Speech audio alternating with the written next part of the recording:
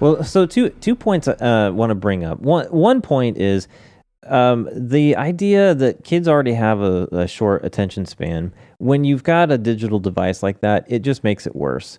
Your attention span, you are now allowed. In fact, you get this little dopamine hit every time your attention shifts over to something else that Yes. grabs you. Your brain gives you this little hit of pleasure. And when you keep hopping from back to back to back to each of these things, you keep getting the dopamine hit. Right. And at some point, you stop getting the dopamine hit and you stop. It takes more. Yeah, because it takes more. It's like a drug addiction. It absolutely is. And these kids have gone through years and years of this behavior. And when they get older, they can't focus on anything because they're so used to switching. Kids now, they think that they can multitask. They think that they can do anything they want. Nope, they just fuck up a lot of things at one time. That's right. Well, okay, so I coach teenagers in the javelin, and in one of the rules is you can't have your phone out there. Typically, these kids will have their phone with them. In fact, they will run the track with their phone in their hand, and the coaching staff, we put a stop to it. You cannot have your phone out during track practice. We get 90 minutes of you can't practice. run with a needle in your arm. Yeah. Yeah, right. My yeah, or gosh. Coke in your finger.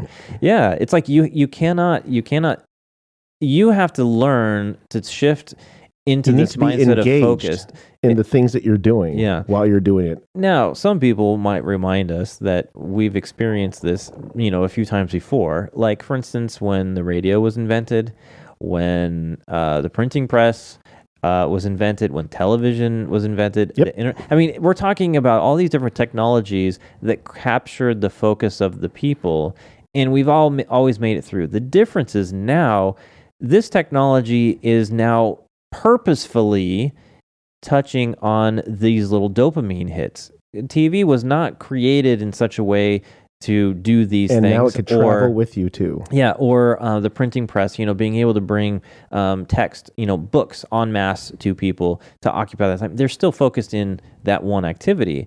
It's not like today where you've got a phone. In fact, I'm guilty of this. I will flip through, I want to say 5 or 6 different apps first thing in the morning, like checking my email, checking my news, checking YouTube stats, checking social media, and then I'm off to do my morning. And normally that only takes maybe less than 5 minutes, unless I've got tons of emails, and then I get this anxiety the rest of the day because at some point I have to respond to those emails. But throughout the day, you're getting this constant grab of your attention. Other technologies haven't been that way. And like I said before, we've got teams and teams of engineers whose sole purpose is to figure out ways to grab your attention on these apps. So with your teenager, because she doesn't have these things, she's actually probably training her brain to be able to focus on things on a bigger time frame than to hop around from one thing to the next. Not to say that she couldn't at some point. Here's the next piece, and that is her self-image. She's still young.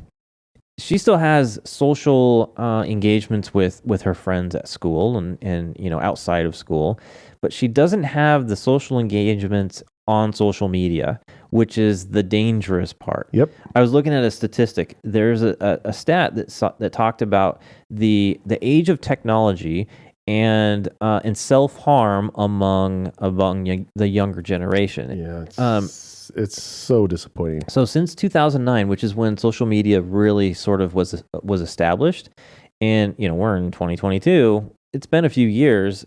So we've got a generation of kids that are in this little window. And they're talking about teenage hospitalization rates for non-fatal self-harm, girls 15 to 19. Is up 62%. Can you believe that? Now, this is the scary part. And this is where this next, this generation, like my kiddo and your kiddo, ages 10 to 14, okay, since 2009, up 189%. And this is self-harm. Right. Okay, now, this is where it gets really ugly. Okay, U.S. suicide rates since 2009, ages 15 to 19, is up 70%. And this is when you would imagine. So I'm going to go back, not just my parents' age, the 2 times before that.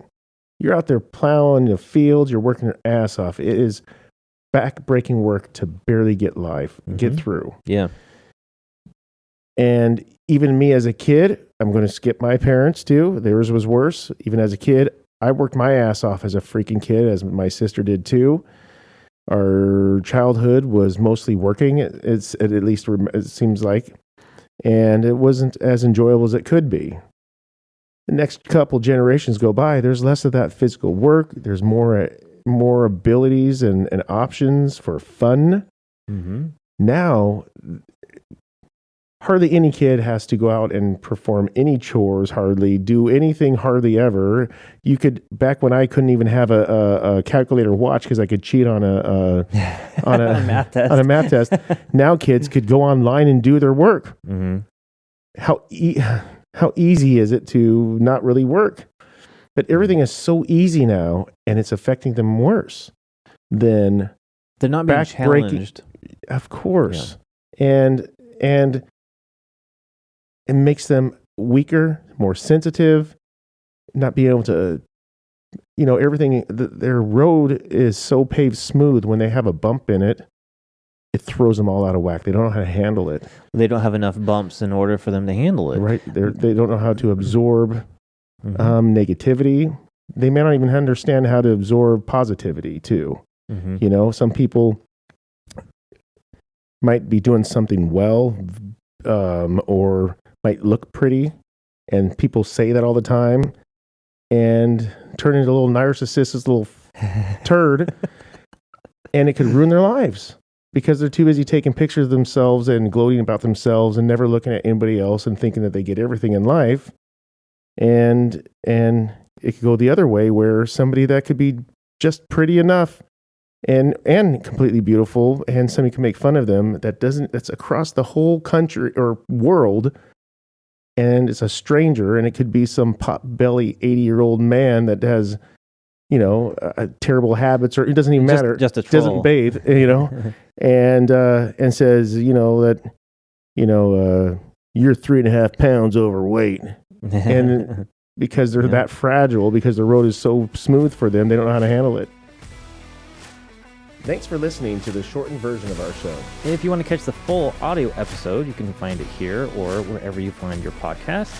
But if you want to see the full version in video format, you can catch us on YouTube, Rumble, and now on Spotify.